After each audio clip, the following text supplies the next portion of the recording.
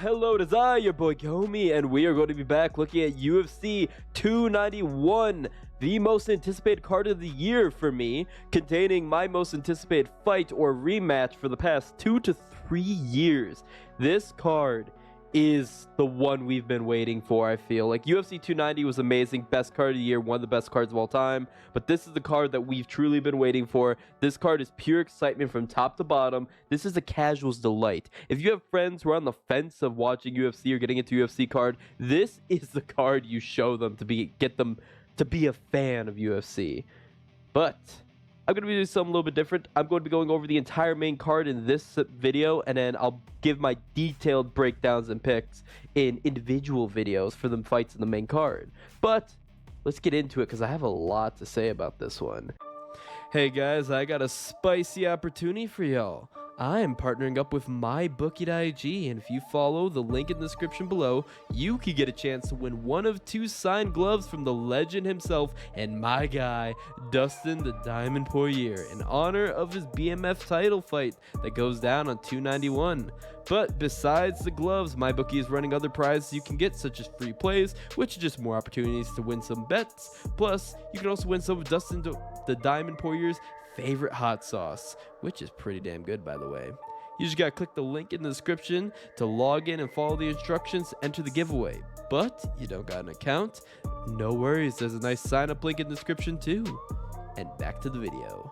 We're gonna be looking at UFC 291, Dustin Porier versus Justin Gaethje 2 for the vacant BMF belt. I will be honest with you as well too. A lot of people aren't fans of the BMF belt.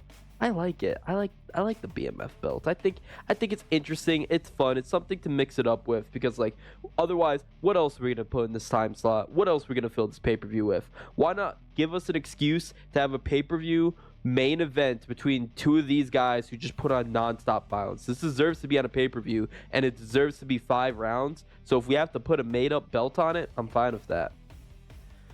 So, looking from the very beginning on the card, we're going to have Miranda Maverick versus Priscilla Cachoeira.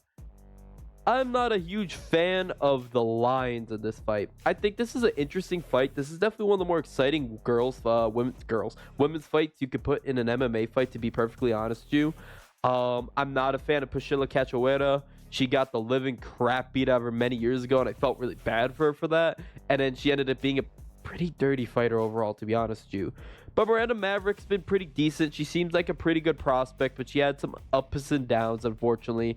Miranda Maverick has not had the best wins. She had a decision loss to Jasmine. I cannot pronounce her last name no matter how many times I've tried. And then other than that, she's had wins, but over Sabina Mazo, Shauna Young. Yeah, that's... can't load more, but oh well. She does not have a good streak going, to be perfectly honest with you. Well, Priscilla Cachoeira has put up some surprising wins, actually. Ariane Lipski, Ji-Young Kim, not the best, but she beat them pretty convincingly. That's the thing. She got a round 1 knockout, so she's coming off a lot of confidence.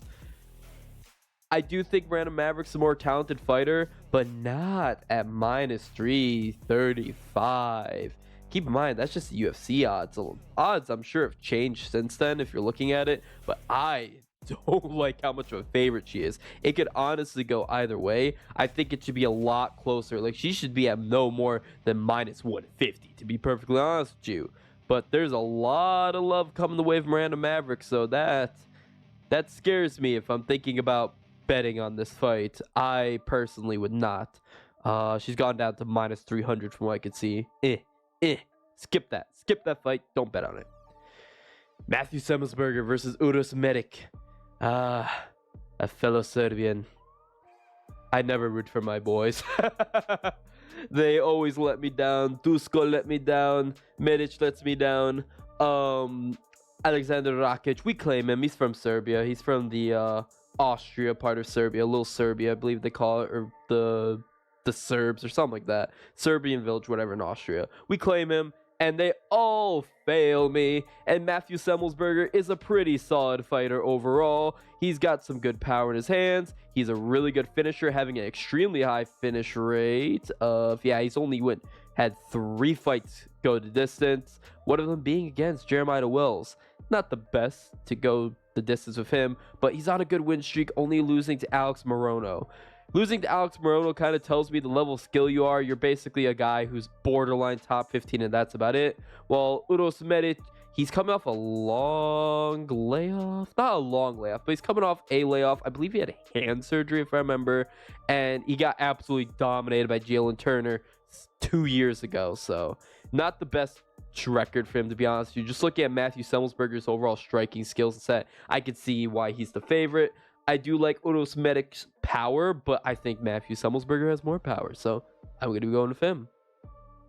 CJ Vergara versus Vinicius Salvador. I'd like to mention, by the way, before I say these names, listen to people say these names. A lot of these, I just can't say them. I try, I just cannot, and I'm sorry. CJ Vergara. CJ Vergara is a really exciting fighter, very solid fighter. He's got a lot of dog heart. I know a lot of people clown on him from his last fight where he went running against Lacerda, but the thing is, he still won that fight. He still proved he was a dog in that fight. Beyond that, he lost to Tatsuya Taira. There's nothing wrong with Tatsuya Taira. I've soured on him a little bit after his most recent performance, but he's still very good. While Salvador has had one fight in UFC, which is against Ultra Mariano.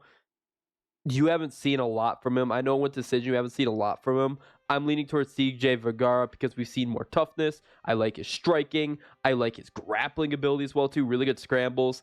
And he has some good power for a flyweight. Flyweights don't have a lot of power, so CJ Vergara, I think he's going to get another W over the Brazilian. And I like the odds. Jake Matthews versus Darius Flowers. This is a short notice fight. I believe Darius Flowers came in on short notice. I don't like that. I already like Jake Matthews against his original opponent, who I don't even remember who it was off the top of my head, to be honest with you. So, of course, I'm going to like him over Darius Flowers. To be perfectly honest with you, I think this is going to be an easy fight. I'm going to go finish. Darius Flowers, he's not garbage. He's not bad, but it's his UFC debut, and I don't like UFC debut fighters on short notice against promising fighters. I wouldn't say he's a prospect. Jake Matthews is absolutely not a prospect, but he's a promising fighter with some good wins over Fialho, and he's also lost to Brady, and he had another good win. The load more is not working anymore, but he had another good win. I can't remember off the top of my head. I'll think of it later, maybe. But yeah, I'm going to lean towards Jake Matthews. Roman Kopylov versus Claudio Ribeiro. I think this is not really much of a fight to note about. Claudio Ribeiro is a pretty explosive and exciting fighter, but Roman Kopylov just overall solid mechanics all around. Solid striking, solid grappling. He's not elite in any of those, to be honest with you, despite being from Russia. He's a good wrestler. But Claudio Ribeiro just has explosive athleticism. Maybe the line could be a little bit better, honest with you, because he could absolutely just explode and chin Kopylov. But other than that, I think I'm going to be leaning towards Roman Kopylov. I'm going towards him on a decision as well, too. That's going to be my official pick. The line has also not changed that much. Roman Kopylov's more of a favorite now. Derek, the Black Beast Lewis versus Marcos Rogerio de Lima. Man, Derek Lewis has fallen. This was a guy headlining events, fighting for titles, interim titles, man. He was the third fight on UFC, the biggest UFC card of all time, UFC 229. And now look at him. He's fighting on the prelims. Man. Like, he's not even headlining the prelims. Derek Lewis, I feel he's gotten his money. He's learned he's not going to be getting a title shot. He was absolutely picked apart by Gon, who's absolutely destroyed in Gon's 2 title fights. Like, he stood no chance. Derek Lewis kind of felt like he doesn't. I don't think he's going for a title anymore. I don't think he has any title aspirations. We saw him get ragdolled and submitted round 1 by Sergey Spivak, which I predicted and put money on, which is a pretty good plus money favorite. I put submission round 1 for good old Spivak. Don't remember that was off the top of my head, but that was a good payout.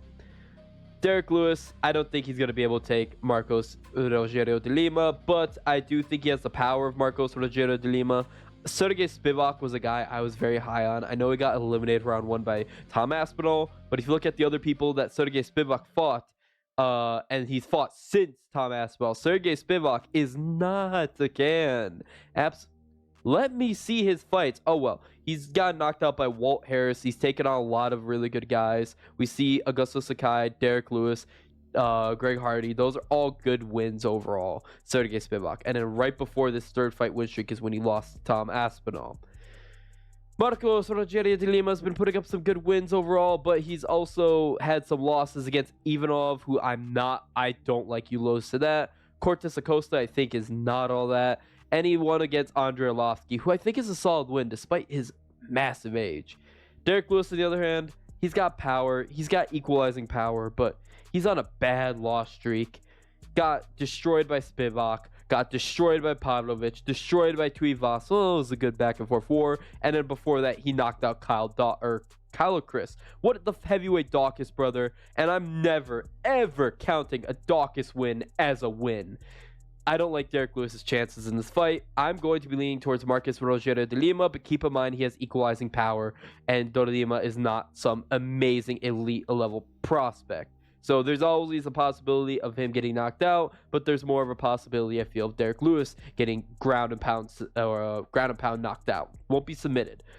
So that's why the only bet I would take for this is inside the distance. Inside the distance is your best bet for this. That's where you're going to get your best money. If you can get that line early, it has not populated for me yet, unfortunately, this early in the card. But if it does populate at any point, that is absolutely what I'm going to hammer home in. Even if it's minus money, that is where your best money is going to lie. The featured battle in the prelims. I forgot this is on ABC. They're doing a lot more on ABC. Can you just get like a deal with them going and just have all like pay-per-views on ABC? That'd be nice. But yes, Gabriel Bonfim versus Trevin Giles. I like this fight a lot.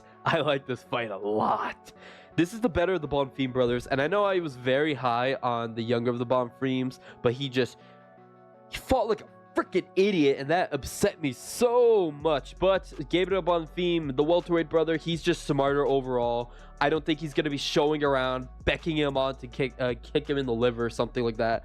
He's going up against a really good test in form of Trevin Giles. I feel Trevin Giles is a borderline welterweight. He's actually dropping down. Wait, no, hold on. Forgive me. No, he is fighting at welterweight. Forgive me. But yes, he's a borderline welterweight. I think he's got solid skills. He's a tough guy, but I just think that the older of the Bonfim brothers is just he's just more clean. He's just more precise. And that's the thing too. He is such an elite level finisher at a whopping 100% finish rate. What the hell? I thought he had some wins by decision. Never mind. 100% finish rate. I thought he was 90.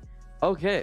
I might have been thinking of his younger brother. But regardless, the Bonfim brothers is good. He's a big guy. Fills in the welterweight division really well. Really talented in terms of striking. But his main bread and butter is his grappling. He's more of a club and sub, knock you down. Not really a lot of takedown threats, to be honest with you. But he's still overall, I feel, they got the more complete skill set overall. He has 100% takedown accuracy, and he's got better accuracy in terms of defending takedowns, and he has a very high submission average, as you can see, one of the highest in the division, despite not having that many fights in UFC. I like this fight. I think it'll be an exciting fight. I do think Trevin Giles is tough. I don't like leaning on the finish of Gabriel Bonfim because I really like the toughness of Trevin Giles, but it's hard to not go like finish with the Bonfim brothers, and especially hard to not go finish against Gabriel Bonfim. I think submission is very likely. And I would definitely put money on that. Then we get into the main card. I'll be a little bit more brief on these because, like I said, I'm going to make detailed videos on each of these fights, so be on the lookout for that. Michael Chiesa versus Kevin Holland. Not a fan of Michael Chiesa. I'll be frank with you. Michael Chiesa is coming off a 2-year layoff. His last fight was a loss to Sean Brady, right? Yep, Sean Brady. 2 years ago. Then a round 1 submission against Vicente Luque 2 years ago. And then he beat Neil Magny. I think his ranking is unwarranted. I don't like that. I like this fight a lot for Trailblazer, and you could tell they want that number. That number that Michael Chiesa's got, they want to give that to Kevin Holland. You could tell that. Oh, they bumped Wonder Boy to third fight. That has to be on the prelims, and that was a so disrespectful. I'm glad they bumped up to third fight. That deserves it. Tony Ferguson versus Bobby Green. It's not Tony time. It's not going to be Tony time ever again. I want it to be Tony time, but it won't be Tony time. Tony Ferguson is on a 5-fight loss streak. He's lost to Diaz. He was finished. He was knocked out brutally by Michael Chandler, which I got to see live. That was so amazing. But God, he lost to Dariush. He lost to Olivier, and then he lost to Gaethje. It's not going to be Tony time for a long time. Tony time ended in 2020 with our hopes and dreams of Tony versus Khabib, which I feel would have been a better fight to be honest. It would have been a really good fight. Tony would have lost, but it would have been a good fight. But yeah, I just don't have faith in Tony Ferguson's chin, his durability. I don't have his submission defense. I have no faith in Tony Ferguson whatsoever.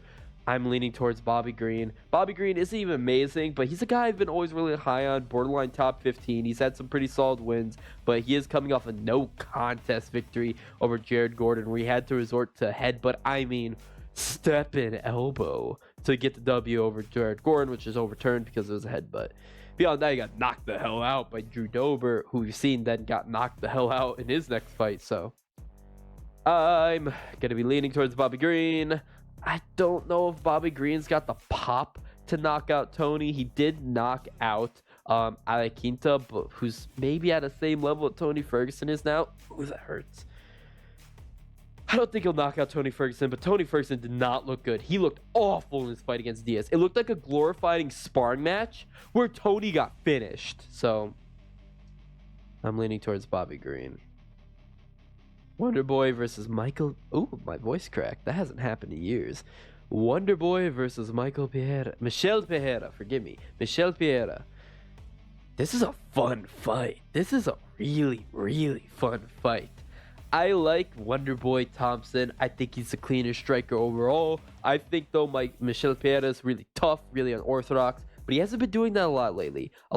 He's actually been working on his grappling, and he's been focusing a lot on grappling overall, and he's been trying to fight smarter and remove that chaotic beast that he had in him, where he was just wild and crazy and did crazy stuff. So I think Michel Pereira has a chance of winning this, but overall, I think Wonder Boy is just going to be the cleaner striker and the better anti-grappler.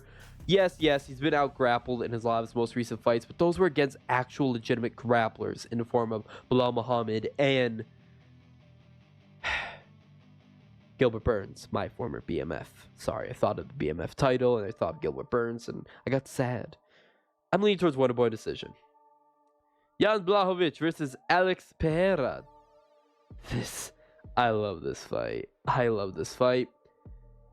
I'm going to leave a lot of what I have to say about this fight for my breakdown video, but I'm leaning towards Jan. That's all I'm going to say. You're going to want to watch that breakdown video because I'm in love with this fight. And you're really going to watch my breakdown video for Dustin versus Justin Gaethje. I love this fight. This is my most wanted fight. Both guys made drastic improvements. I could talk for hours upon these guys, and I will talk for a long time with them in a later video, but as of right now, I like Dustin Porier. I like Justin Gaethje. I love this fight. I think both guys have massively improved. I think there's no way. Okay, I think both guys have massively improved. I think Justin Gaethje has improved more, but I still feel Dustin is going to be levels above him in terms of the boxing overall. Justin Gaethje is really slowed down, but he still has some sloppiness to his strikes. They're effective, but still a little bit sloppiness. But I can't say he's bad or average of a striker. He is an excellent striker because the guy I thought was second best striker in the division, Justin Gaethje, being the decision. So I think it's going to be a really fun matchup. But I think the improvements that Dustin's made in terms of the calf kick game and also checking calf kicks will give him the advantage over Justin Gaethje. We saw he was checking those kicks against Conor McGregor, which is the reason why Conor McGregor broke his leg. It was a freak accident. And then he was checking those kicks against Michael Chandler, who destroyed Justin Gaethje's legs. And Dustin checked one kick and Chandler never threw it again. I like Dustin Porier in this matchup, but no matter what, you want a good bet on this fight, just bet it to not go the distance. And this has been your boy Gomi. Be sure to like and subscribe and follow the channel for my detailed breakdowns and picks that are going to be trickling out through the weekend. Please let me know what you think in the comment section below. This has been your boy Gomi. Bye-bye.